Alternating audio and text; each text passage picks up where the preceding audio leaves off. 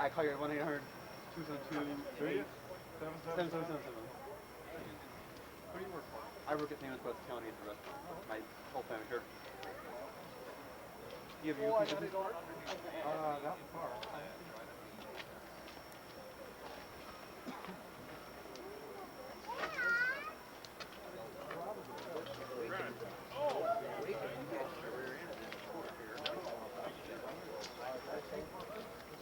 Yeah, I think we did need some more seats. Yeah, I apologize for that. I thought we had an adequate number. Of course, I'm glad we don't. You know. I kept looking at that letter and looking at the date. A year old, 2 years old.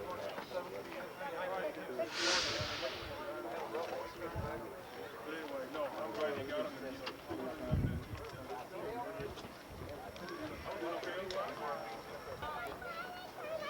Good afternoon, ladies and gentlemen. If I could have your attention, please.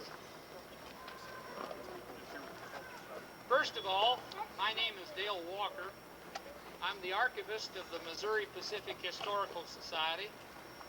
And on behalf of the Society, I want to welcome you here today to the dedication of the Society's archives, which are housed in the Missouri Pacific caboose behind me. Today is the culmination of a project underway for the past 3.5 years, and we members of the MPHS are delighted to have you with us today to celebrate this important milestone in our Society's history. Thank you for coming. We are pleased to note several distinguished guests among the gathering here, and we'd like to briefly introduce just a few of them to the Assembly. We'd like to recognize the Director of the National Museum of Transport, Captain William Streckfus. Captain, thank you for coming. The Captain has been a strong supporter of this project from the very beginning, and we really have appreciated very much the many kindnesses that he's shown us. Thank you very much.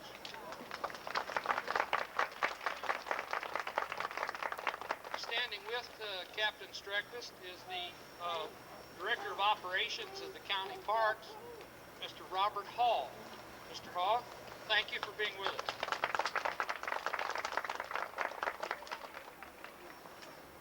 We also had the Missouri Pacific Historical Society board meeting here on the grounds this morning over in the meeting room, and we have the board of directors with us, and I'd like to recognize a few of them.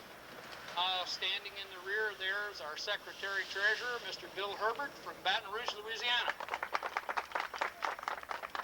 Taking the photograph about halfway down the hill is our magazine editor. As you know, we have a quarterly magazine. This is our editor, Dana Jackson from Olathe, Kansas. At the top of the hill, shooting video camera, is our worthy Vice President, Mr. Elvin Klepsik from Doniphan, Missouri. Here directly in front of me is one of our directors, all the way up from Monroe, Louisiana, Mr. Charles Schultz. And on the other end of the gathering here is our other director who came to us today all the way from Atlanta, Georgia, Mr. Chet Markowski. I see many familiar faces out here among us today, and it's gratifying to have you with us today. I also would like to introduce at this time just a few of the fellows that have helped on this project. It wouldn't be here if it wasn't for them. The true leader of our organization, the work crews around here, who's done more than just about any of us around here, I'd like to welcome Mr. Frank Woodworth from Ferguson, Missouri.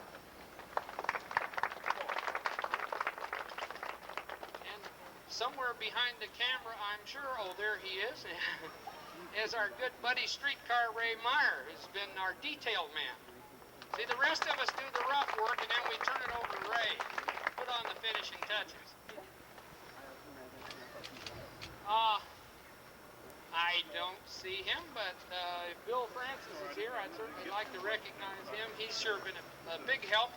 And Bill's done a lot of work, and he's not even a member. So we really appreciate having him around. Our resident yard master, and probably the slowest man in the United States, our good buddy, Charlie Brown from Pacific, Missouri. Thank you, Charlie. The next individual that I'd like to introduce, we're especially delighted to have with us today, and I'm going to ask him if he will honor us with a few remarks. Ladies and gentlemen, I would like to present to you the Director of the Parks and Recreation Department for St. Louis County, Mr. Albert Phillips. Mr. Phillips, would you please?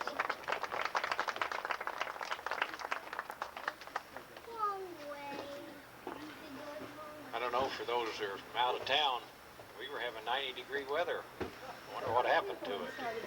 Up and departed all of a sudden, and I got another big outdoor event to go to tonight. Everybody's going to freeze at this rate.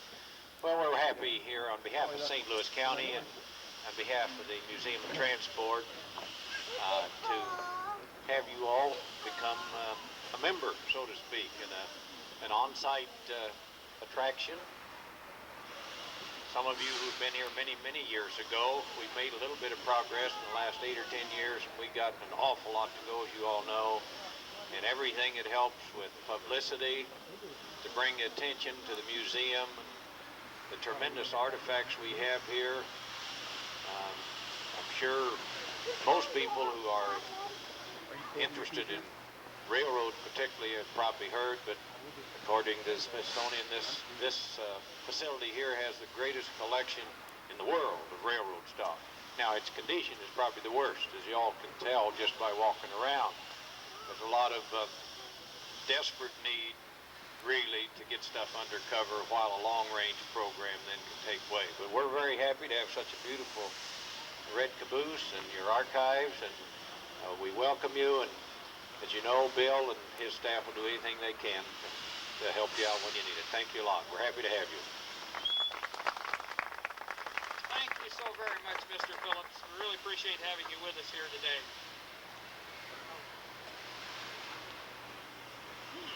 A new addition here. Now I would like to introduce to you a guest that represents the Union Pacific Railroad.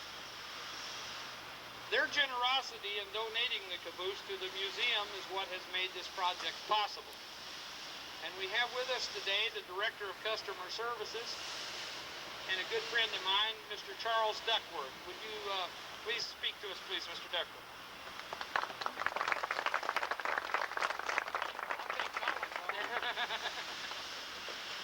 Thank you, Pat. I don't think the booths looked that good when it was in mouth service when we bought them, so congratulations to the crowd. I came all the way from Webster Groves out here. Long trip.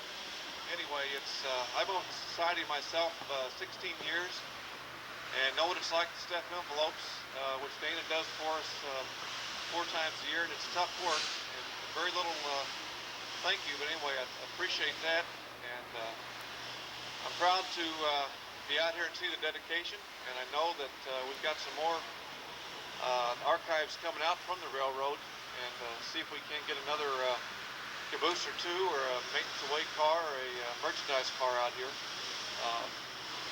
Anyway, the railroad has changed their philosophy quite a bit in the last, it's kind of neat having the steam engine behind you when you're trying to talk, but the philosophy is to save archives instead of pitch them, and that was the take when I started. There was a lot of us took stuff home, and it's nice to see a central place we can store them, and it's access to the public, which is the way it should be. So anyway, Pat, you deserve special recognition for getting this thing off the ground. Thank you.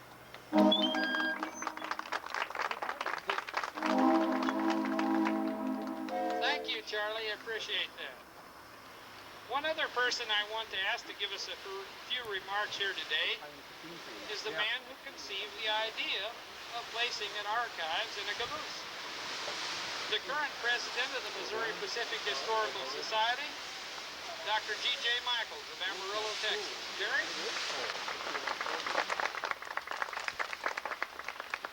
Thank you, Dale.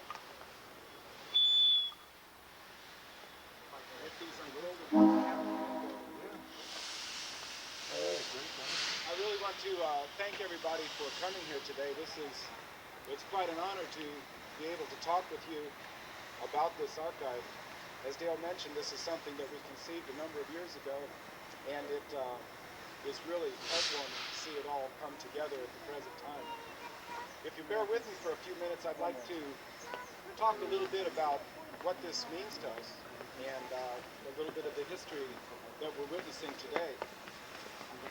It was about 141 years ago that some men in the Mill Creek Valley of St. Louis, about 20 miles east of here, founded the Pacific Railway of Missouri, the first railroad that came west of the Mississippi River. This railroad grew sometimes rather quickly, and sometimes, as during the Civil War, it grew kind of slowly. But in the end, it produced a system that spanned the Ozark heartlands, tapped the rich resources of Texas and Louisiana, and even touched the Rockies in Colorado. Along the way, the Missouri Pacific Railroad molded into itself a number of other railroads that will also be preserved in this archive, including the St. Louis Iron Mountain and Southern, the Gulf Coast lines, the International Great Northern, the Texas and Pacific, a number of other smaller roads, and finally, Chicago and Illinois. The Pacific Railroad of Missouri underwent a lot of name changes on its own, becoming the Missouri Pacific Railway and then the Missouri Pacific Railroad. Along the way, there were financial panics and subsequent victories.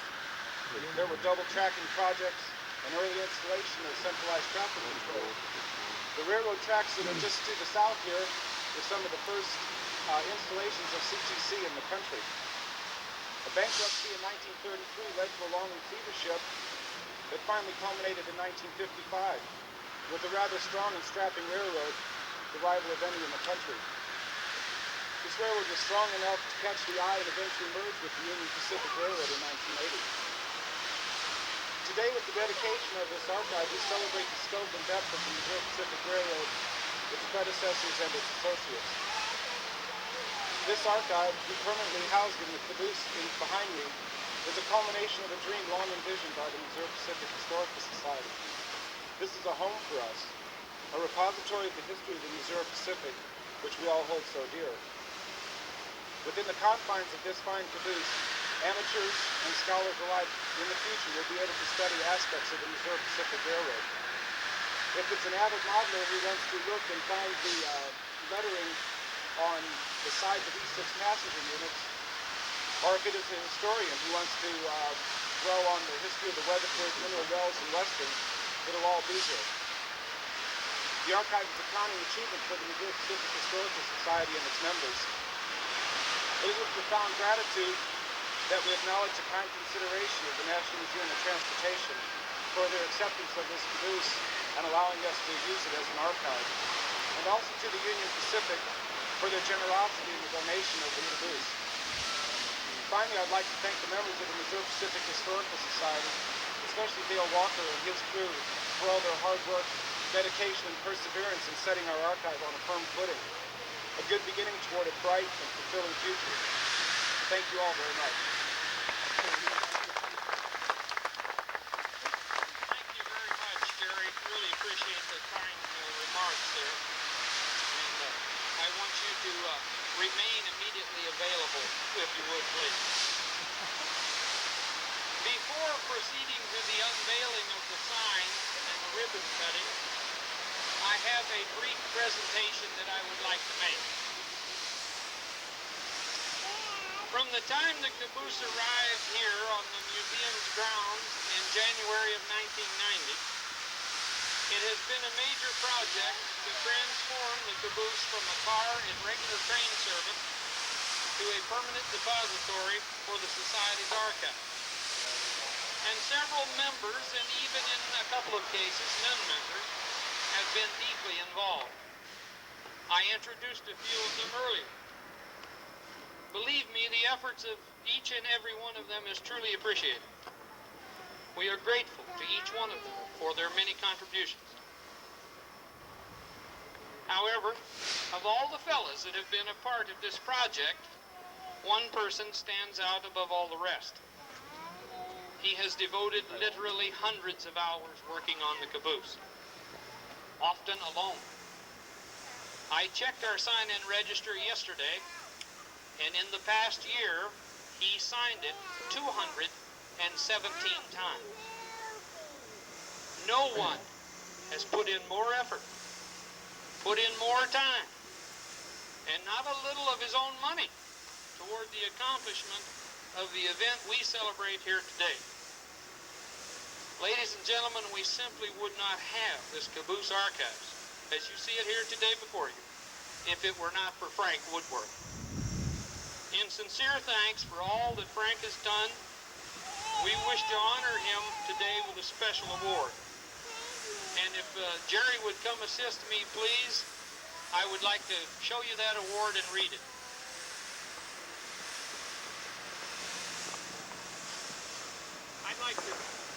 I'd like to read this plaque that we're going to present to Frank. It says, presented to Frank H. Woodworth in recognition of his special efforts on behalf of the Caboose Archives Project of the Society, Missouri Pacific Historical Society, April 20th, 1991. Frank, would you please come forward? And Jerry, would you be so kind as to present that to our friend Frank?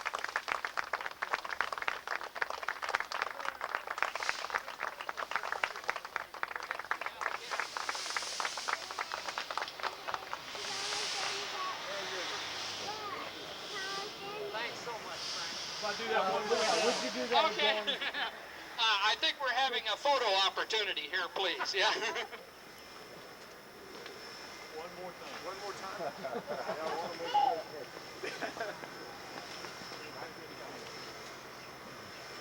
That makes us feel presidential around here. I think they have photo opportunities, don't they?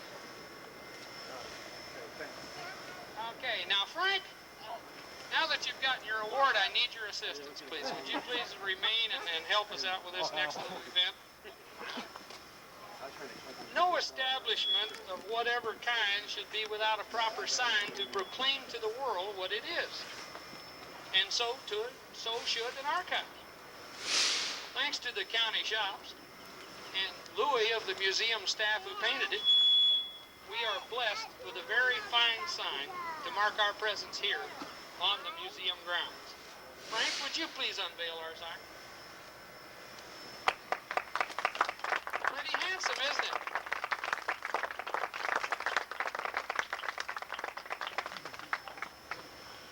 Now, to get to the true reason why we are all here today, the cutting of the ribbon to signify the official dedication and grand opening of the Missouri Pacific Historical Society Archives.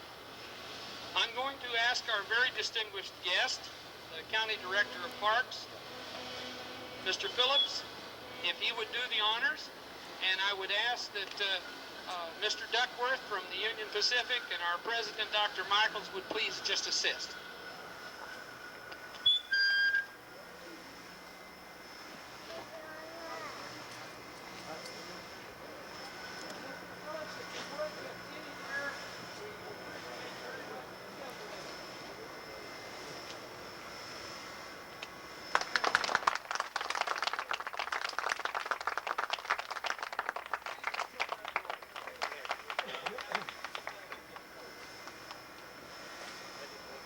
Thank you all so very much. Oh my, I've even got him to work here. Thank you very much, Mr. Phillips. I really appreciate that. Thank you so much. Now, if I could have your attention again, please. I just have a few words before we do close the event. First of all, I want again to thank each and every one of you, especially our special guest, for coming out today to help us mark this event. Your attendance is most sincerely appreciated. I want to invite every one of you to come through the caboose and inspect our archives. It will be open for your viewing immediately hereafter. Let us show you what we have accomplished and what we have established for the future use of our members and all interested historians and researchers. And as a final word, I want to say to all the Missouri Pacific Historical Society members that are here today, there it is. It's yours. Use it. Thank you very, very much.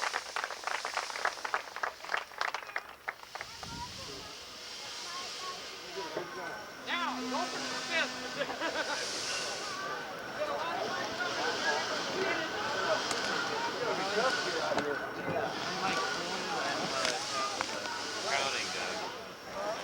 I mentioned one time on the steps that my brother-in-law,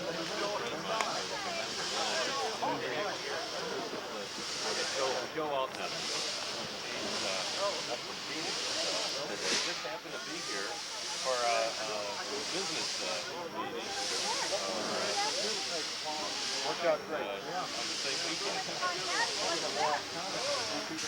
Yeah.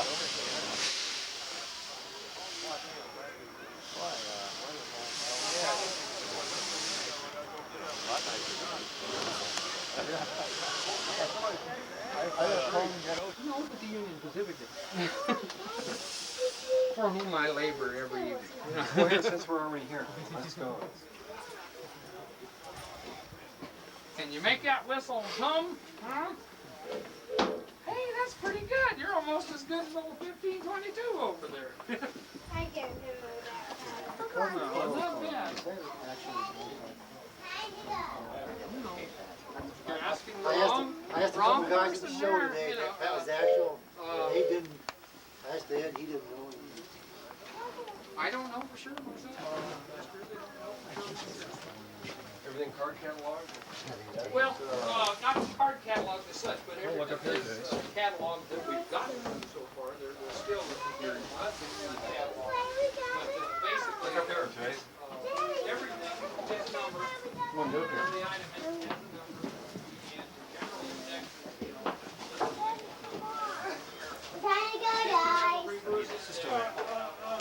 Okay. Tell me what you see. Assume you're taking money?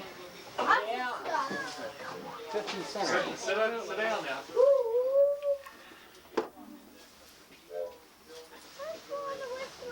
Thank you. Huh? the general catalog was